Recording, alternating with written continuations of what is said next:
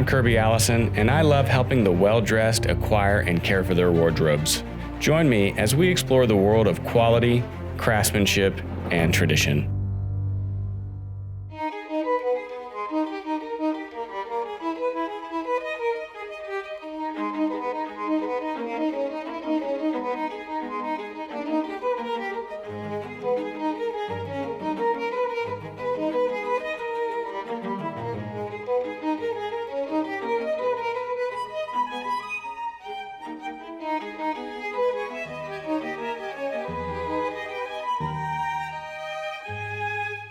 In today's video, we travel back to London as part of our London Update series.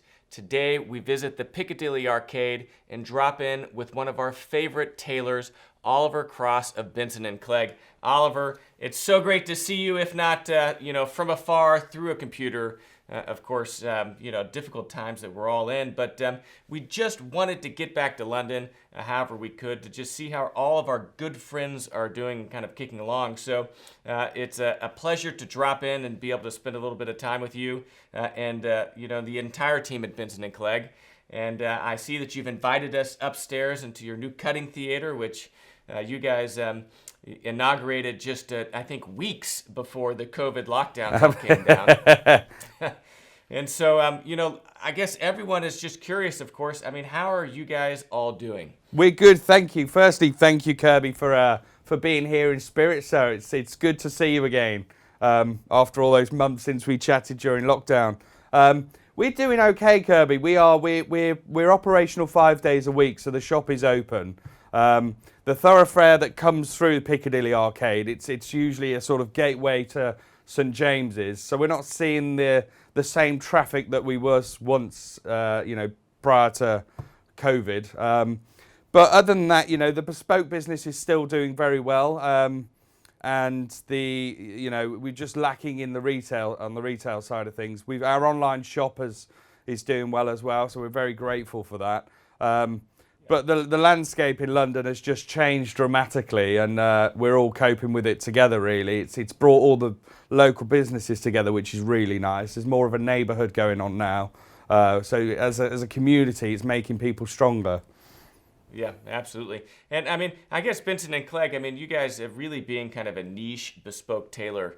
Have really been able to focus pretty specifically on the clients and their unique needs. Of course, being able to welcome them up to the cutting theater.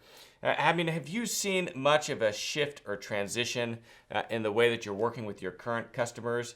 And how does that differ from, your customers in the UK with your customers maybe in the United States that haven't been able to travel to London and come see you, and probably won't, in all honesty, for at least the next, 3 to 6 months? Well, absolutely, and we did travel to the US as well, and we've had to cease all of those trips. So naturally, we've lost out on business there. But moving forward, what we've done, we're liaising with clients in America that are interested in having bespoke commissions made, and as a cutter, we should always keep their patterns up to date to the last sort of time we saw them, which is great because we can send them piece patterns, they can commission clothes, I can straight finish them, and ensuring that they're going to be a good fit because their pattern is up to date. So we won't need the necessary fittings involved, and then if there are any alterations that will need to be undertook, then we can either do it sort of by a Zoom meeting and they send it back to us, or we can wait until we see each other again. So the American clientele is sort of on ice at the moment, steadily trickling along with that method of operating. We've noticed a shift in what clothing people want to wear today. So naturally the 2-piece, the 3-piece suit sales have deviated a bit. They've gone down, but we certainly aren't. We're not quiet at the moment on the bespoke. And I think during lockdown, it aided customers to look in their wardrobes and think, what garments do I need? What garments have I always wanted? Very good customer of mine, Kirby, who follows you. He commissioned a raglan sleeve overcoat that Jeremy Irons wore in Brideshead Revisited. and it's a beautiful piece. And he had a 3-piece brown herringbone suit to go with it. So you know, we've had a few interesting commissions, Kirby, which is nice that people are still actively thinking about tailoring. We've got quite a few overcoats on the go at the moment as well. So I'm feeling that, you know, people still want a tailored overcoat. And naturally, you know, everything I seem to be making at the moment seems to be separates. You know, doing a lot of casual trousers to go with sports jackets and blazers.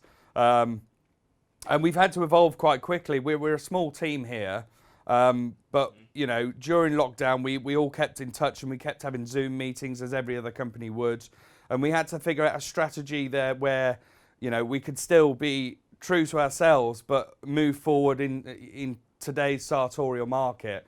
So we felt that the need to extend our offering. So we found we sourced a knitwear manufacturer in Italy, some beautiful cashmeres and even some cotton knitwear PKs. This allows us to make to order knitwear for our customers to wear with tailoring. So a nice long sleeve polo or a turtleneck jumper or even a cardigan. So we've extended that, and we've also got a selvage jean company. So we use raw selvage denim. We can do a made to order pair of jeans, you know, a nice pair of jeans with a higher rise. So it pairs really well with tailoring, and also to extend that, we've decided to shift in the shop. We've decided to shift to more of a made-to-order basis instead of ready-to-wear. So instead of investing in a lot of ready-to-wear garments, you know, which is quite a cost for a small company, we're going to do it on a made-to-order basis. So we've got our collection coming out in mid-October, and it's based on tailoring today. So it's you'll see your classic pieces, the ultimate double-breasted blazer, but in a mohair or a cream flannel, you know, with our brass buttons. And we also are doing some unstructured blazers as well, made out of cotton in a double-breasted. Once again, just to accommodate that market today, people working from home, maybe only doing meetings here and there. You know, they want to feel relatively smart. People still do want to dress up. You know, it is nice to wear casuals, but at home. But at the same time, there's nothing better than you know, feeling good in the morning, dressed. And as you well know, you know, you put on a blazer and it just instantly makes you feel different. So we really are pushing and trying to keep relevant. Yeah, well, there's no question. I feel like, especially during these times, it's good for the psychology to, you know, wake up and have a fresh shave and to put on, you know, real clothes. You know, even if it is a little bit more casual than one would otherwise be wearing if they were going to the office every single day.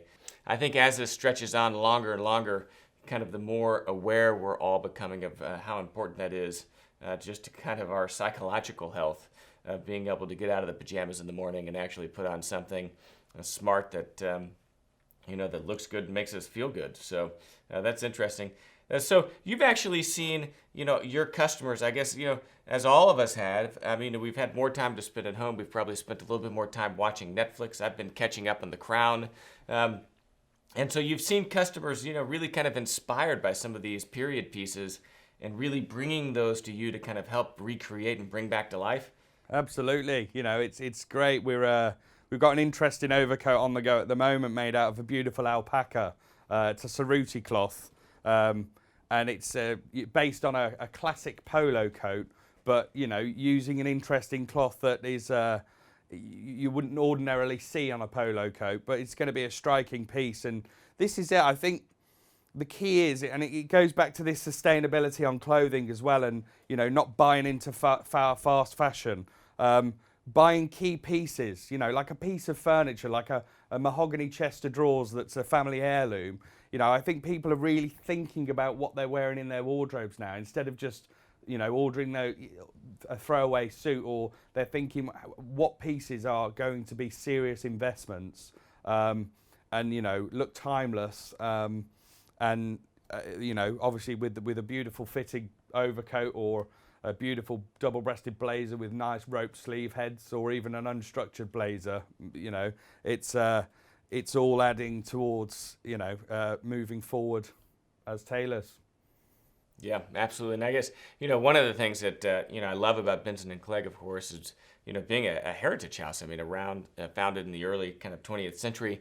I mean, you guys have this archive and kind of a, corporate history, if you will, despite being, corporate, this corporate history of, having really made and tailored pieces kind of through all these different periods. And so, yet still being kind of small and nimble, and being able to really kind of be flexible and to dip back in and experiment without, really any type of rigid constraints around what you are able to make. And so it's kind of fascinating to kind of hear about these pieces that you're able to work on right now. That's got to be a lot of fun, I would imagine. Yeah, it's super. It's sort of after 3 months not on the cutting board, and really fearing for sort of that I was going to be twiddling my thumbs when I got back. And it's really nice to be making super interesting pieces. And as I always say, tailoring is a hobby of mine, which is fantastic to do a job that's, you sort of you enjoy doing. But making these interesting pieces just make it even more exciting. And I never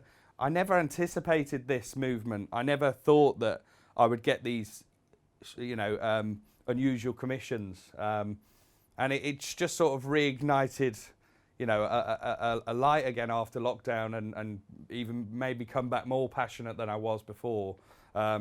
It's really interesting to be, like a raglan sleeve overcoat. It's not the sort of thing that you cut all the time. We're regularly cutting suits, and it's sort of become second nature to you. So it's nice when you get something interesting where you've got to get back at the drawing board and, scratch your head and think about design. And, the raglan sleeve in particular that I'm talking about, it was worn by Jeremy Irons. And there's things like, the coat he was wearing in Brideshead Revisited, it was an old coat, and the lapel was rolling longer than it once would have done. So we've intentionally looked at things and tried to age the coat to make it look slightly older, and we're taking that into consideration. So it's really fun at the moment. It's quite a fun time, which is strange to say, but it is. Yeah, for sure. Well, that's exciting. Well, I look forward to being able to make it back to London here soon. Of course, none of us know how soon that will be. Until then, we've had a great fun, kind of visiting, of course, following Benson and Clegg on Instagram. That's, of course, probably one of my favorite ways to stay kind of updated just with all of our friends over there in London. And, of course, anything we can do to support you guys, kind of as we all push through this, of course, we want to be able to do. And I guess, BensonandClegg.com is still open for business. And for your American customers that might have some recent items that you've made, you've got updated patterns, you can maybe begin the commissioning process on some new items. And I guess for your British customers, they've got carte blanche at really being able to work and have fun with you while the rest of us are held away at the gates. Thank you, Kirby. It's an honour to see you again, sir. And thanks for supporting the whole brotherhood that is this sort of men's world we're living in. With the tailoring and the fine cigars at Davidoff. They're all neighbours of ours, and I'm sure you'll be going on to the Row, which is facing its own sort of constraints at the moment. So, but things are moving forward, and we're all in it together. Well, Oliver, thank you so much for kind of welcoming us into your beautiful new cutting theater. Sadly, I'm not there for you to be able to pour me a drink from your Duke's-inspired bar. Indeed. But I'm going to take a rain check for the next time I'm in London for either one of those Duke's Martinis or one of those famous Negronis that you were describing to me. So, absolutely. Again, thank you so much for taking a little bit of your time kind of out of your day and kind of showing us some of the projects that you're working on. They sound really fascinating, and really look forward to kind of keeping up to date as to what's going on just through Instagram and by being able to give a call. Thank you, Kirby. Cheers. Well, what fun to be able to drop in on Oliver there at Benson and Clegg, located right there in the heart of the Piccadilly Arcade, in between Jermyn Street and really Savile Row. Piccadilly Arcade is probably one of the foremost shopping districts for men anywhere in the world, and certainly amongst the arcade is probably best known for the various shops there, really catering to the well-dressed man. You've got Bud, Benson and Clegg, you've got Swain Adney, and many more, to be quite honest.